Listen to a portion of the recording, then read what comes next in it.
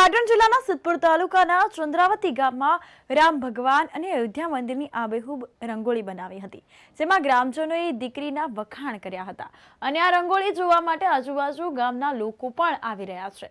ત્યારે અયોધ્યા રામ મંદિરમાં આવનાર 22 જાન્યુઆરીએ પ્રાણ પ્રતિષ્ઠા મહોત્સવ થવા જઈ રહ્યો છે। એ નિમિત્તે ગામે ગામ ભજન, રામધૂન જેવા અલગ અલગ કાર્યક્રમ થઈ રહ્યા છે, જેને લઈને આજે ચંદ્રાવતીની દીકરી પટેલ મેશ્વાએ રામ ભગવાન અને અયોધ્યા મંદિરને રંગોળી બનાવીને લોકોના દિલ જીતી લીધા હતા। આ બેહૂબ બનાવેલ કલાકૃતિને ગામના લોકોએ વધાવી હતી। મેશ્વાએ કહ્યું કે અયોધ્યામાં પ્રાણ પ્રતિષ્ઠા થઈ રહી છે અને દેશમાં ખુશીનો માહોલ છે, તો મેશ્વાને અયોધ્યા રામ મંદિર અને રામ ભગવાનની મૂર્તિ અને મંદિર કંઈક અલગ જ બનાવી અનોખી પહેલ કરી હતી। ત્યારે ચંદ્રાવતી ગામમાં રામ ભગવાન અને અયોધ્યા મંદિરની આબેહૂબ રંગોળી બનાવી હતી, જેના લોકોએ ખૂબ વખાણ કર્યા હતા। આજે અમારા ચંદ્રાવતી ગામમાં મેશ્વા સીતારામભાઈ પટેલે મસ્ત એવી બ્રહ્માણી માતાની મંદિરમાં રંગોળી પૂરી છે। રામ મંદિરની ડિઝાઇન અને પોતે સાક્ષાત હોય એવા દેખાઈ રહ્યા છે અને અમારું ગામ ભક્તિમય છે અને જોવા જઈએ તો દરેક જગ્યાએ દરેક વાસમાં રામધૂન ચાલી રહ્યા છે અને સારું એવું આયોજન છે। આખું ગામ હિન્દુ ગામ છે અને રામ મંદિર બની રહ્યું છે અને રામલલ્લા બેસી રહ્યા છે, એનો ઉત્સાહ આખા ગામને છે। શું સંદેશો પાઠવો? સંદેશો તો મારો એટલું જ કહેવું છે કે દરેક હિન્દુ જાગો અને રામલલ્લાને બેસાડવાના છે। 22 તારીખે દરેક જણે પોતાના ઘરે દીવા કરવા અને 12:39 દરેક ગામે ગામ લાડવા થાય એવો સંદેશ પાઠવવો છે।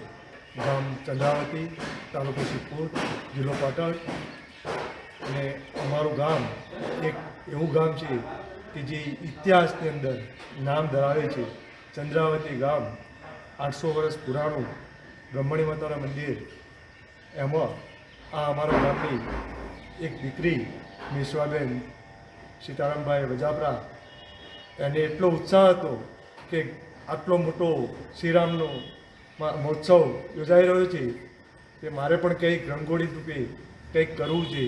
એટલે એનો ઉમંગ જોઈ અમે ગામવાળા એમને પ્રોત્સાહન કરવા માટે આજે એમને વધાવીએ છીએ અને આવા પ્રોગ્રામો અમારા નવરાત્રિ મહોત્સવ પાટીદાર ચોકમાં અંબાજી માતાની મૂર્તિ પણ એટલી વિશાળ બનાવી હતી કે લોકો જોવા આવ્યા હતા અને આવા નવા પ્રોગ્રામો એ કરતી રહે છે દીકરી, અને એને ભવિષ્યની અંદર કંઈક મોટું ગુજરાત લેવલ નહીં, ઇન્ડિયા લેવલ એનું નામ થાય એવી અમારી અપેક્ષા છે।